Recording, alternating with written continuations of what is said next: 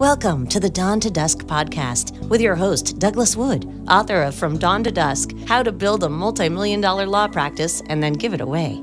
In each episode, Doug speaks with distinguished legal professionals who have mastered the intricacies of building a successful law practice and then transitioning to retirement or other fulfilling pursuits when the right time comes. Now, let's join Doug for today's insightful discussion. Welcome to the Dawn to Dusk podcast. I'm Doug Wood, the host. And today on Dawn to Dusk, we're joined by a leader whose legal and business career is a masterclass in both building and transforming professional service organizations, Roger Parker. Roger began his career as a commercial litigator, developing one of the most profitable practices at London-based Richards Butler.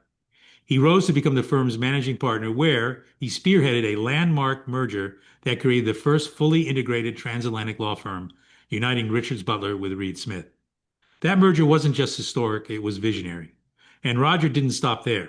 As managing partner for Europe, the Middle East, and Asia, he played a critical role on the global executive team of a $1.1 billion law firm. He led integration efforts across continents, built client teams of strategic initiatives, and successfully recruited many partners to deepen the firm's bench and strength across all jurisdictions. Roger is recognized for his ability to unify diverse teams, execute change, and maintain a client-focused leadership approach. Since 2018, Roger has continued to shape the profession as an independent consultant and accredited business coach, advising law firms, media organizations, and service providers around the world. His journey from litigator to law firm leader to now trusted advisor epitomizes the Dawn to Dusk theme, how great lawyers build, lead, and ultimately evolve. Welcome, Roger. Thank you, Doug. It's a pleasure to be on the podcast with you.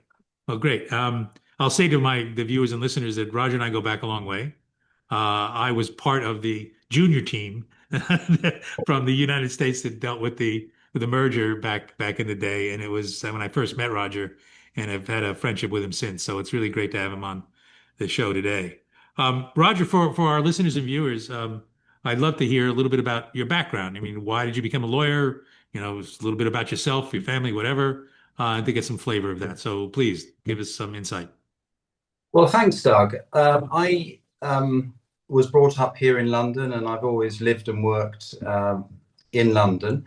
My interest in law was first triggered for no better reason than my mother worked as a secretary in a law firm in our local suburb in North London. But she had some very interesting stories to tell and some very interesting times over that period in the 70s.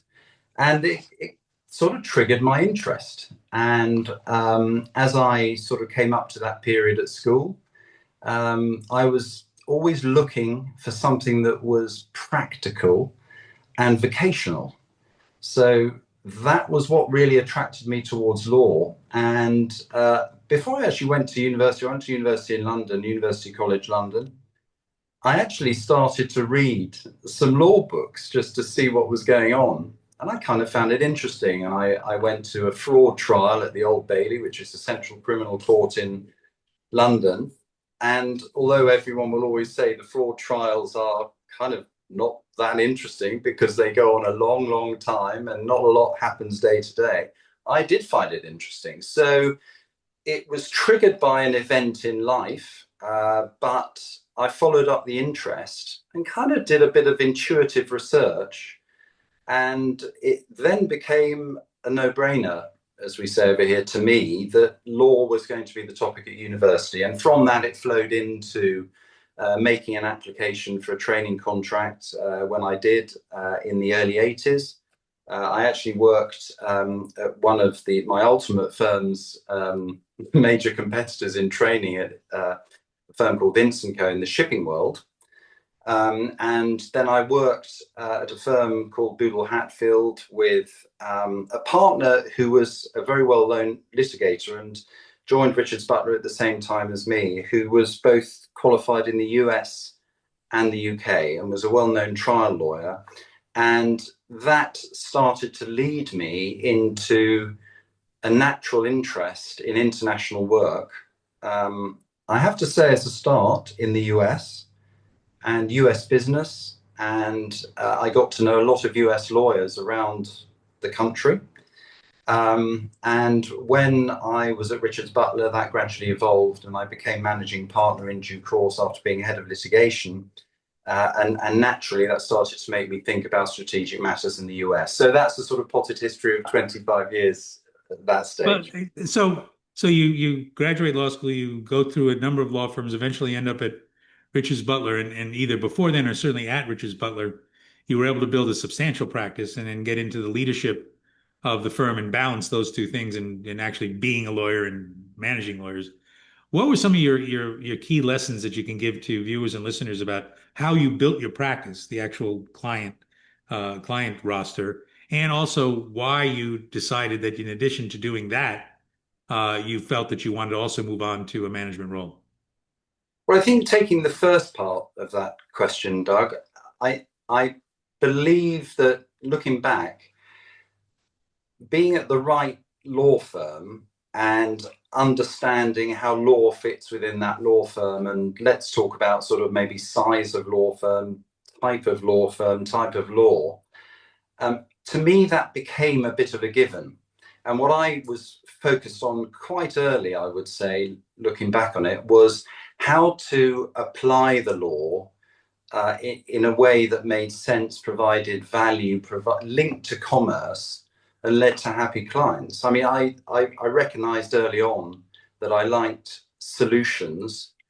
I liked I liked success in the context of winning. I'm sure that's not too different from anyone else. But I did have two or three excellent role models in terms of the practice of law, the importance of clients in that equation, and the business side of the law. So moving from the given of being able to understand the law, but the importance of satisfying the client and turning that into a commercial reality, both for the law firm and for the client.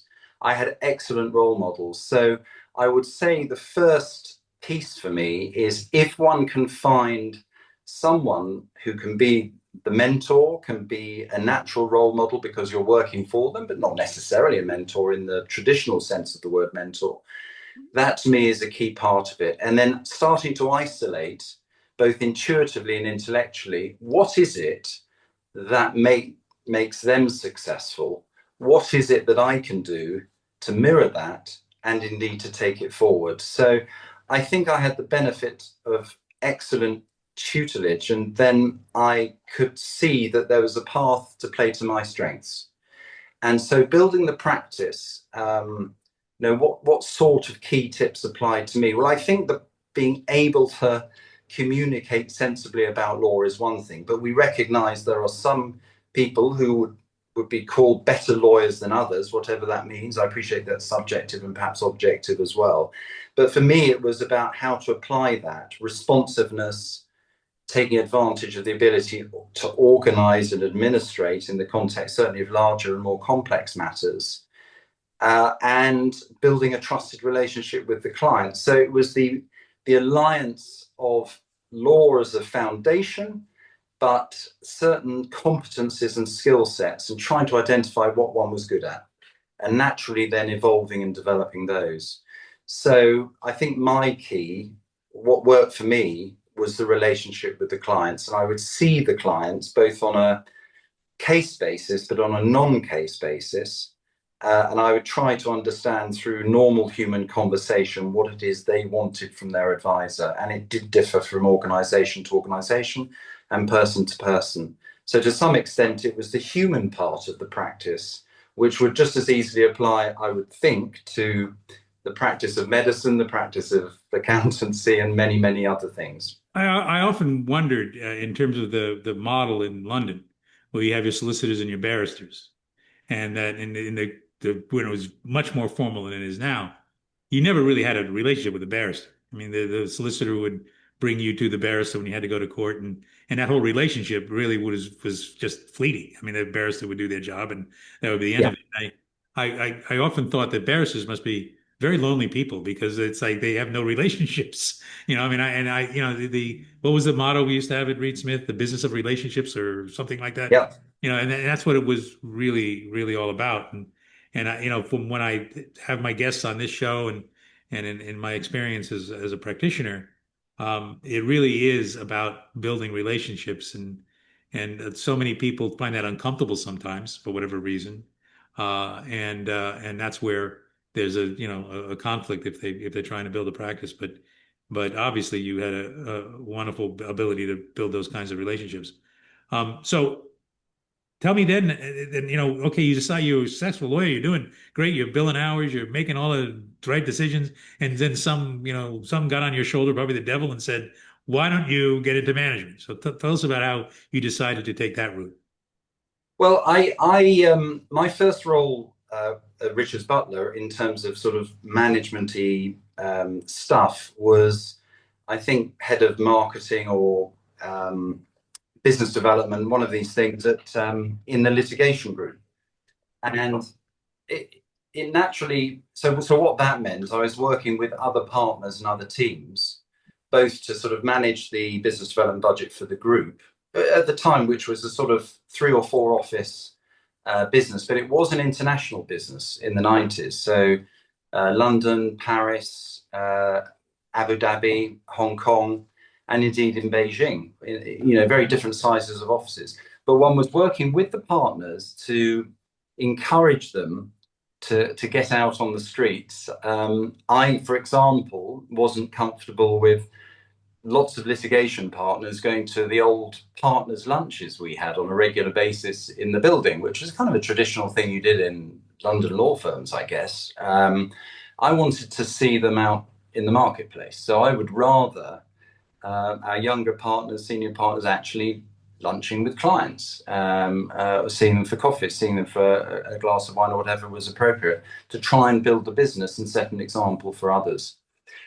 So that sort of led me to working with other peers, and I'm sure I realized pretty quickly that, and I never had a desire to say this is the only way to do it, but working with people to work out what was the best way for them to use funds and resource and people to build practices and to help their people.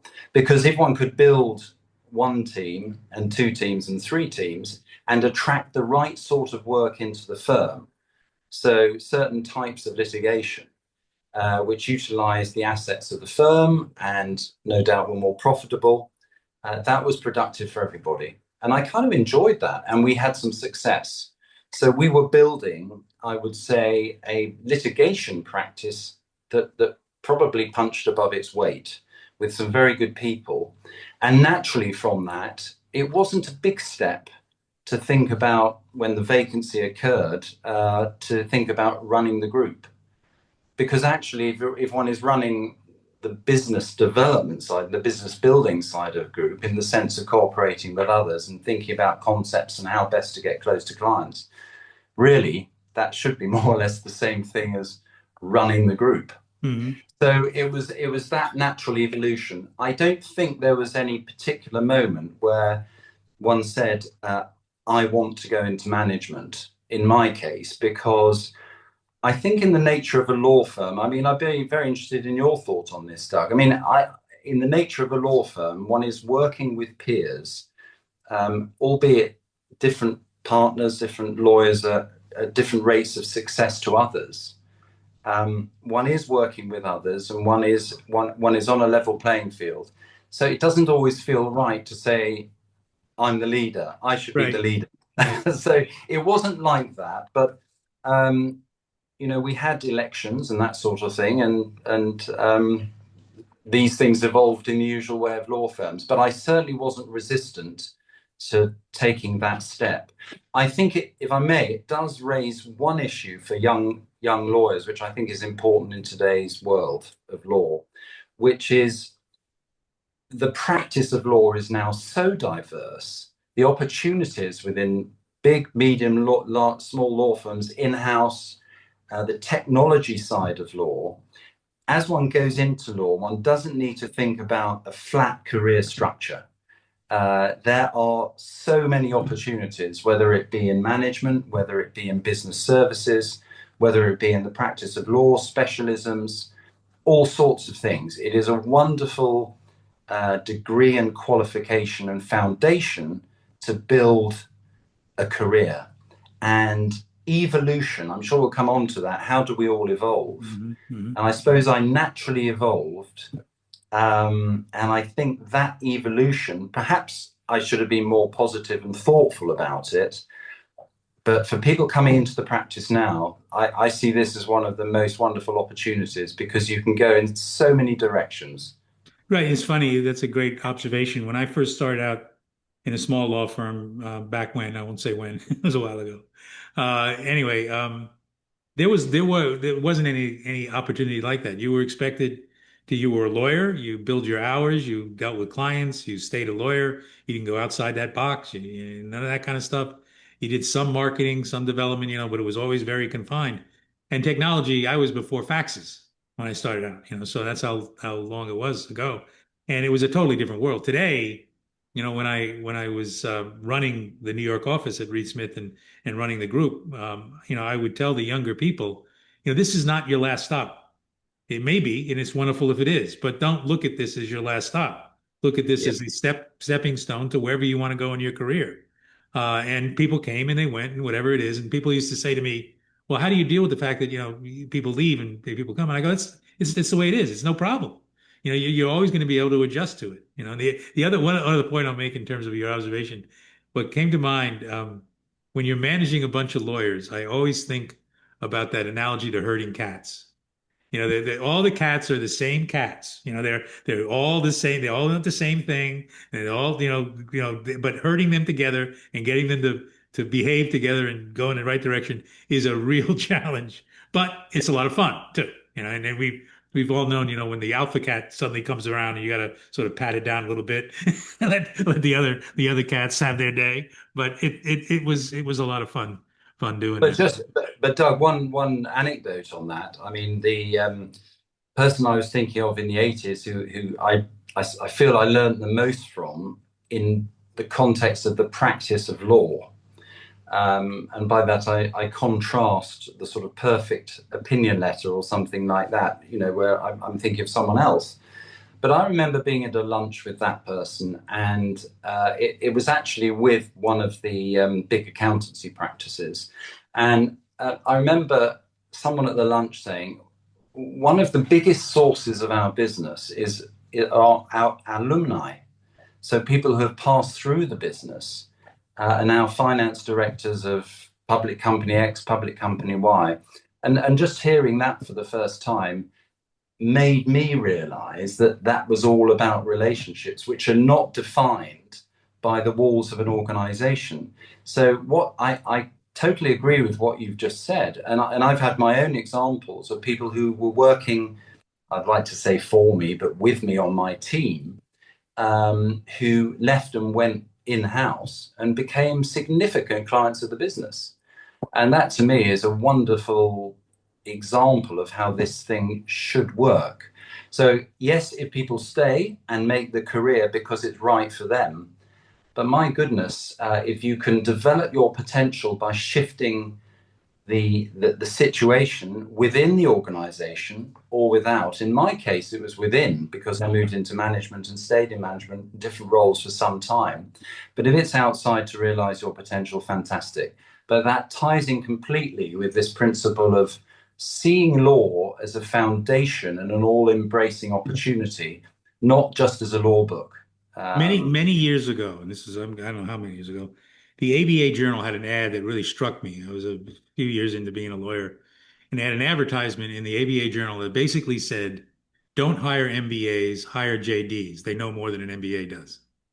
And I remember seeing that ad going, wow, that's very interesting because it's really telling me that I'm not confined to law if that's not what I want to do. And I can use my law degree for a whole bunch of things, as an MBA can use their degree for as well. But when you first come out of law school with your JD, I'm a lawyer, I'm a lawyer, I'm a lawyer, and you have this like, tunnel vision. And you're right about advising young people today that is not the way you look at it. I mean, this is a wonderful degree to have that you can pursue it in a technical sort of traditional way, or you can use it as a springboard to so many other things. There is a danger for law, in law, there is a danger for law firms to think too much around recruiting top lawyers, whatever top lawyers means, whether that means top academic lawyers or top something else. I don't have a definition for that. But many services businesses I'm aware of, and I'm sure you're aware of, are recruiting people with the right skills, social backgrounds, solution orientated. They're looking for the competencies, they're looking for the habits. They know they can satisfy themselves as to the professional skills and the ability to write or to compute or whatever, but they're looking for the right people.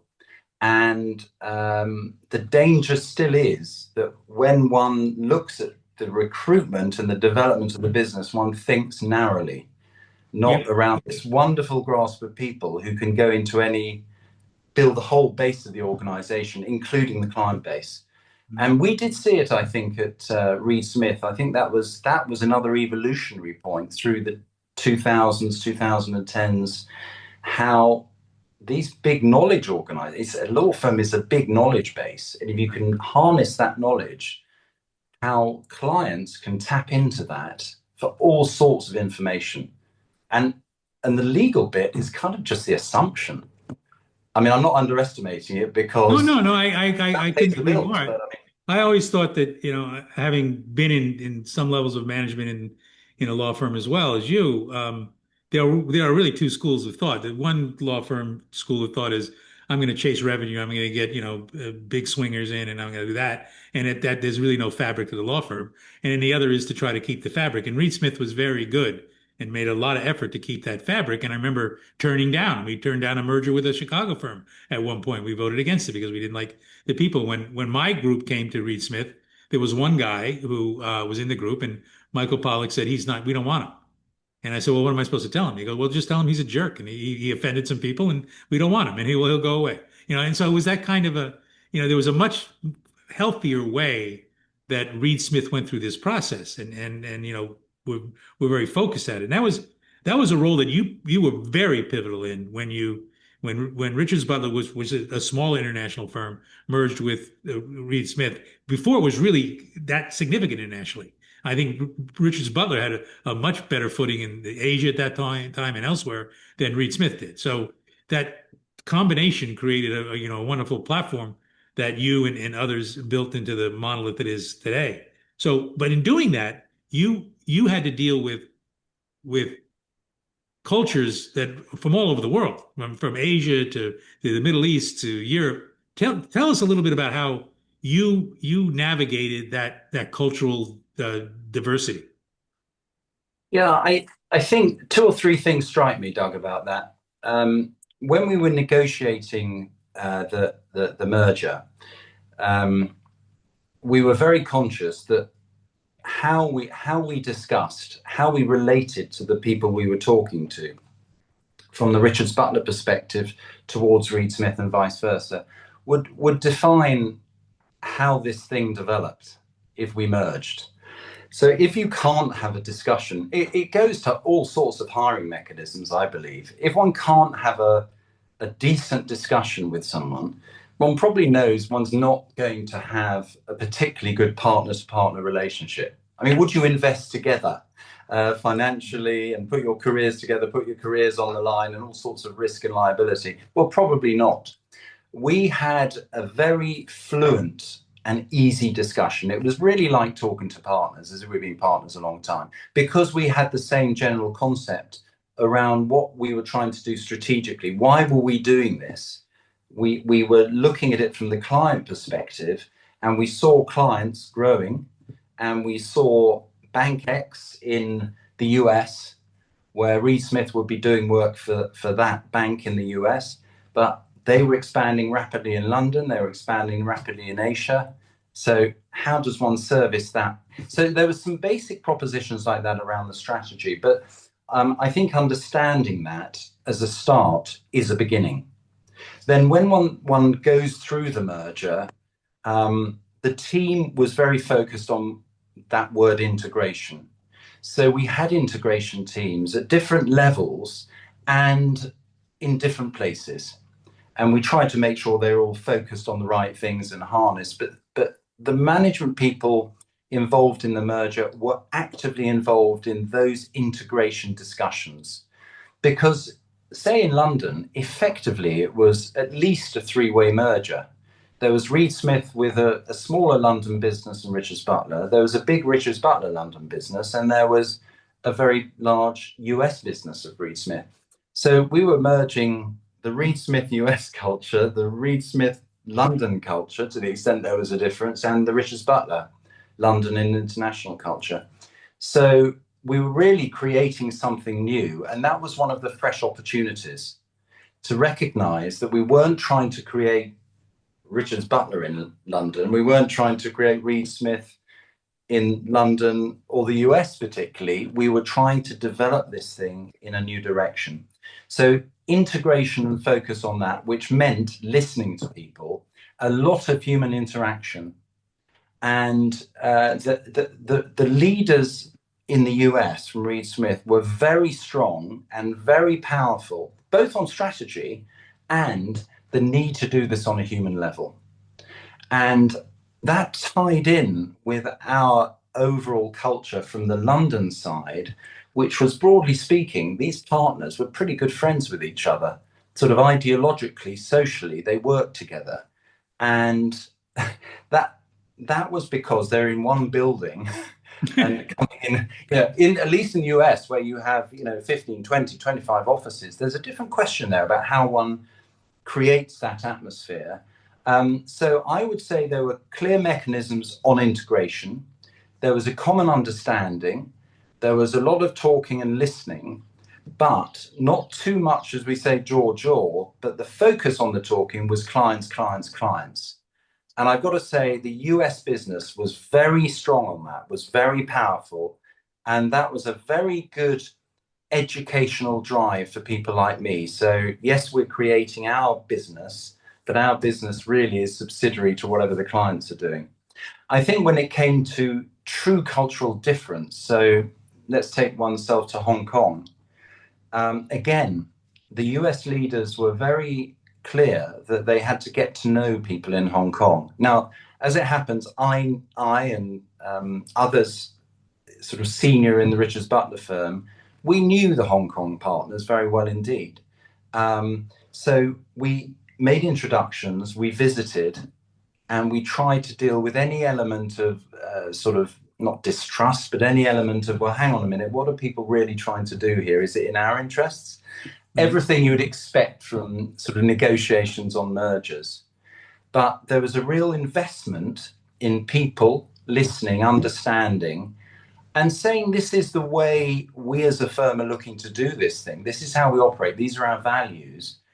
But also trying to understand what it was about someone else's values and how they were characterized, and then trying to absorb it in and create something together. But you can only do that with in-person discussion. But I think it does tie in to relationship building with clients. I really do believe that. Now, you built a fantastic practice on the East Coast and across America. And have I said to you how important was the human element of the relationship with the clients? Well, we always had that right at the center of the partnership. And we knew it was a partnership. And I, for one, certainly would always emphasize that partner number 650 or partner number one, we're all equal. Right. Then there's the question of what does equality mean in financial terms, but we certainly weren't equal in financial terms. We know that. That's a whole other game. But you said something a few seconds ago that brought something back to my mind. One of the greatest compliments I ever got from clients was when they would say to me, "You don't act like a lawyer, you act like a person." Because there's this image of lawyers being whatever they are. But it's all about that relationship thing, getting to know people. And I used to always tell the younger lawyers when I was mentoring them that, the more you get to know about the personal life of your client, the more they're going to think that you care about them. And whether you do or not, if they think you care about them, they're going to care about you. But you first got to get them to think you care about them. And actually find out who their kids' names are, where they went to school, what their interests are. Write it down, keep it in a diary, put it in Outlook, whatever you're going to do. And then when you have conversations with them, remember to mention it. How's Sally? How's Ben? How's whatever? And very few people do that. You know, a Yeah. lot of people just, I'm all business. The person's calling me for business. I'm going to keep it to business. That's fine. Yeah, that may be that certain relationships are built that way, but deeper relationships are built at a personal level, which is what, I, I many of the successful lawyers I've had the pleasure of working with over the years are the people who've done that, who've been more than just sort of the barrister, if you will, yeah, sort of in an ivory absolutely. tower. And I think sometimes, and I think this is something that evolves in the sense one really focuses on it later on. But I still have no doubt at all about the importance of it's a fiduciary relationship. I mean, it's doctor and patient. It's lawyer and client. It's we all know the essence is privilege, confidentiality, etc. But I think if one marries what you've just described perfectly in terms of the personal relationship with then the belief on the part of the client that you really are there to solve their issues and improve their position, both personally within their organization, and that you're really batting for them. And then you then can get to really understand, and this comes with time, this isn't the new associate, Right. but then at that senior level, we're really involved in the political nuance of the client organization. And indeed, in our own law firm, then we can start to really bring our experience to bear. But I endorse what you're saying about the personal part, I think. And so we did the same. I've always tried to do the same with the partners. And the number of times I can think of where one would meet the partner, a partner of a partner, wives, husbands, just partners, and they would engage in the discussion about their perception of the law firm, their perception of how their partner liked or was struggling or was not struggling and was succeeding within the law firm. And those people often said it straight. Yep. They had a view on me. Um, they would have had a view on you, Yeah. and I really liked that. And I it remember took when a full I remember circle. I remember when we first joined Reed Smith, and you'll remember this. Um, Retreats had spouses. Yeah, that's it. Spouses Yeah, came to the retreats, and obviously the firm got too big to be able to do that from an economic standpoint. It's understandable, but when we did have the spouses at the retreat, the dynamic was fantastic to hear their viewpoints, to get them to see what life for as a lawyer is, and for them to also be able to express their concerns was fantastic to bring that again that relationship thing in, so that there was you were more holistic in trying to address both the futures of the lawyers, the future of the family, the future of the firm, all of those things. And that's a skill set that is vital, I think, to great success in practicing law. But let me segue now to today. At some point in time, you're on the top of the world. You're a key player in a global big law firm, billions of dollars in revenue, and you decide to do something else. Take us through that process and how you decided to do that, and how you navigated that change. I'll just pick up one word you just used, Doug, because I think it's at the heart, certainly in my case and my experience. But I do talk about this with people in similar positions or thinking about evolutionary change at sort of experience level of law firms and outside. But the word process. So for me, it really was a process, and it was over a period of years. It was not something where I got to a particular point in the financial year and said, right, I'm stopping in 2 months' time. It was nothing like that at all. It, it it was something I had started to think about, probably 3 to 5 years before I actually did it. Not in any negative way. It was around sort of what have I achieved? I've been in management probably. I mean, I was a young managing partner. I was managing partner of 40. So it kind of, by the time I got to somewhere like 55, I'm sure I was thinking, hang on, I've been in management a long time. I was always conscious about succession. I've always had a big thing about not overstaying welcomes. I've always had a big thing about refreshing teams. I've always played very active kind of sports stuff. And over here, we call football football. it's soccer, right? To you. Right. And I'm conscious US football is just as important as English football. Although you But better look out because the NFL has decided they're going to do a lot of football games in Europe, so there may be a whole conflict going yeah, on here that we're going to have to resolve somehow. but it's really, but it teaches you. So I played for years and years and years of amateur football, and gosh, it teaches you so much about refreshing teams, the practice of the detail and the execution of the plan, the changing the plan within the context of the game, and how many people can actually do that? Not too many people. So I was always thinking ahead in that context, and I was starting to think, hang on, what skills do I have? Where do I go from here? So I kind of felt I'd achieved, a significant proportion of what I was going to achieve at the law firm. I'd practiced law. I developed a practice. I had great relationships with people. I'd been in various management roles, and I just started to think, probably for my own personal development, it might be time for a little bit of a change. Now, I came from a background of, I didn't have any sort of financial support when I started. I'll just put it like that. So, which is the same as I'm sure loads of people. But one of the great things about the practice of law, one can make oneself relatively secure financially, depending on what one does with this stuff. And so I had built up the benefit of that. I was always long term.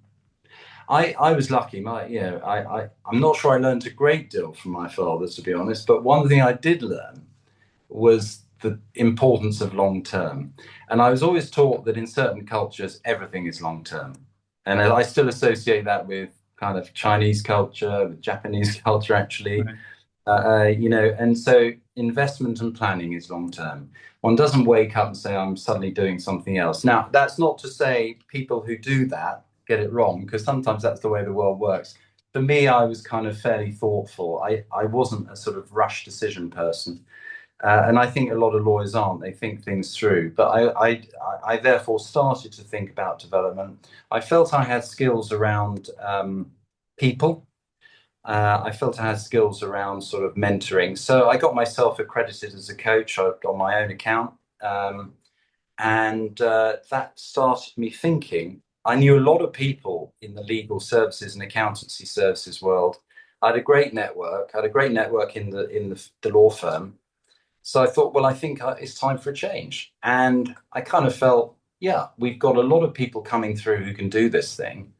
And on succession planning, you remember that you mentioned the retreat, Doug, where partners were there. And I seem to remember that was a retreat where we had the great business leader, Jack Welch, Right. speaking. I actually interviewed him on stage. I think it was that retreat. But I remember one thought he talked about in succession was to build a succession group. And so we had a group of people. And then to some extent, the next generation chooses who's going to evolve through that group. Because to some extent, what role should a departing leader have in appointing or anointing the next generation's leader, or should they choose them themselves? Law firms, as we know, by their general nature, are often democratic, but sometimes not. Reed Smith was a pretty open partnership, I feel. Richards Butler was a pretty open partnership in the old days. And so that was part of my thinking. And it was just a time to move forward and find what was the professional, intellectual path that would provide opportunity. And I created a couple of things like coaching, mentoring, that would give me an angle, maybe part of a personal brand I could develop. But it turns out that, in fact, most of what I've done is more of a consultancy nature. But the coaching part, the consultancy part, the experience part, the talking part at retreats and gatherings, research for law firms, that sort of thing, independently and confidentially. You've got the skills to do that stuff. And I realized there was a market there. And I didn't want to build a team in the sense of, I've been in teams, been there, done that. I've done my timesheets.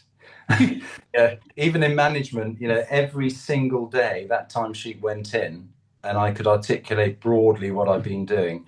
I kind of needed a change from that, I think. But I don't think I needed it. I could have carried on. Well, So you it was you make a you make managing. a I mean, you make a really excellent point here that I think we can sort of conclude on.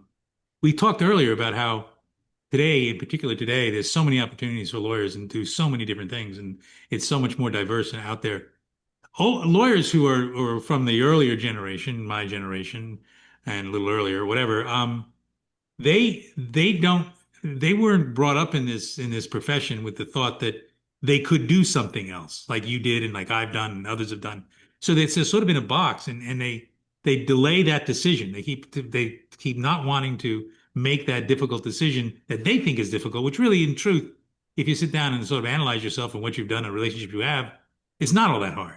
But they're afraid to make that decision. So one of the things that I try to emphasize in my book and in these podcasts is for older lawyers to sit back and do exactly what you did and what I did and take a look and say, what else is there?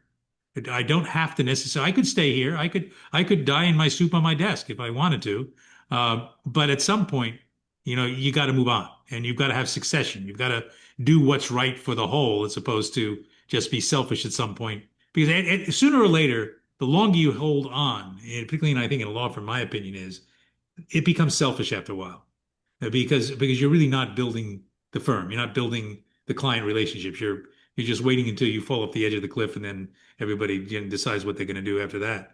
So your advice in terms of the diversity and the change and deciding what you want to do is right on the theme of what I've been trying to talk about in all these podcasts. So Well, we any last words you want to sort of last words of wisdom you would like to impart to young lawyers or older lawyers as they look at transition? Well, I think on the on the older lawyers, I would encourage people to be tapping into a different mindset.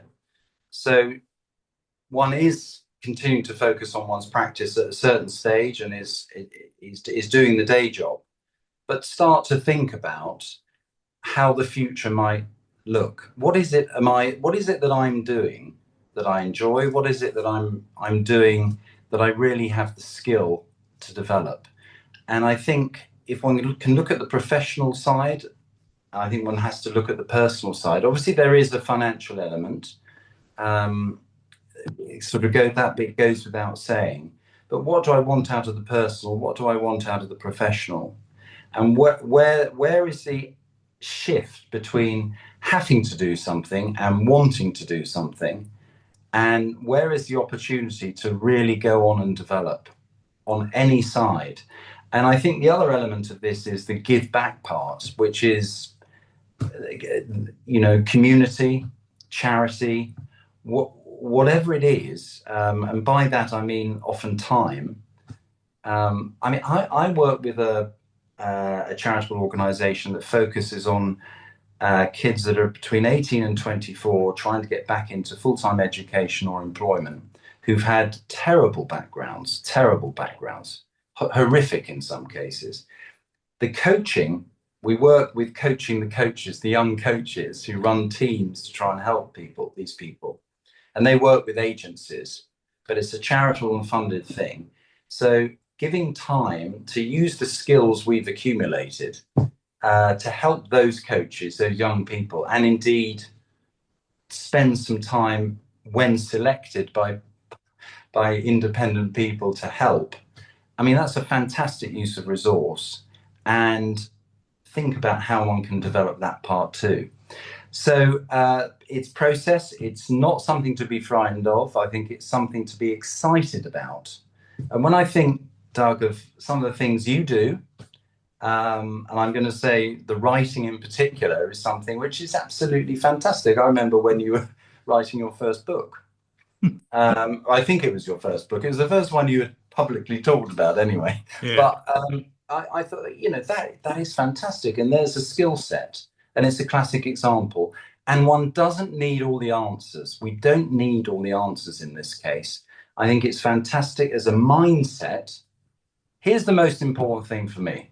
Some people sometimes do say, what is it? Where's success in this? If you can change your mindset so that you're not thinking about every minute of the day, and if you've got a spare 2 hours and you're content and happy and think, hang on, what am I going to do now? I'm going to read a book. Am I going to write a letter? Believe it or not, write a letter. These sorts of things. The mindset change is just about, for me, the most important thing. And that takes time. If you've Yeah, been working yeah. big law. On that note, I love that note because it was interesting, and I think I don't think I'm different than anybody else who's, or you or me that have gone through this process. When you first started, and you have those interstitial moments when you have nothing to do for an hour or an hour and a half, whatever, you get nervous. In the beginning, you're going, what's going on here? I got nothing to do. And Yeah. over time, you begin to say, oh, well, it's not so bad. And then you get comfortable with it. But that's one of the changes that is an interesting emotional thing one goes through. Well, Roger, I can't thank you enough for coming on this show and imparting some really great stuff. It's good to see you again. And we'll keep in touch. And thanks again for being on the show. And Doug, it's been a pleasure to be with you and to chat again. And I'm looking forward to the next novel. Thank you. Thank you for joining us on the Dawn to Dusk podcast. You can learn more on building and transitioning a multi-million-dollar law practice in Doug's book, From Dawn to Dusk, How to Build a Multi-Million-Dollar Law Practice and Then Give It Away. If you're interested in working with Doug, suggesting future guests, or have questions you'd like Doug to ask guests in upcoming episodes, reach out to him at douglas.wood@wood.law or visit his website at dawntodusk.wood.law. And if you enjoyed the podcast, don't forget to subscribe and share it with your peers. Until next time, we appreciate your viewership.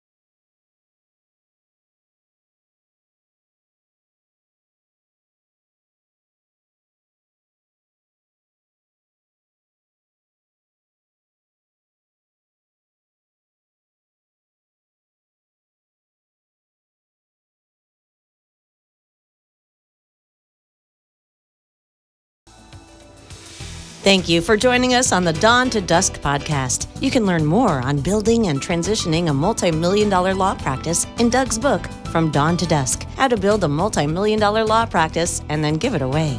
If you're interested in working with Doug, suggesting future guests, or have questions you'd like Doug to ask guests in upcoming episodes, reach out to him at douglas.wood@wood.law or visit his website at dawntodusk.wood.law. And if you enjoyed the podcast, don't forget to subscribe and share it with your peers. Until next time, we appreciate your viewership.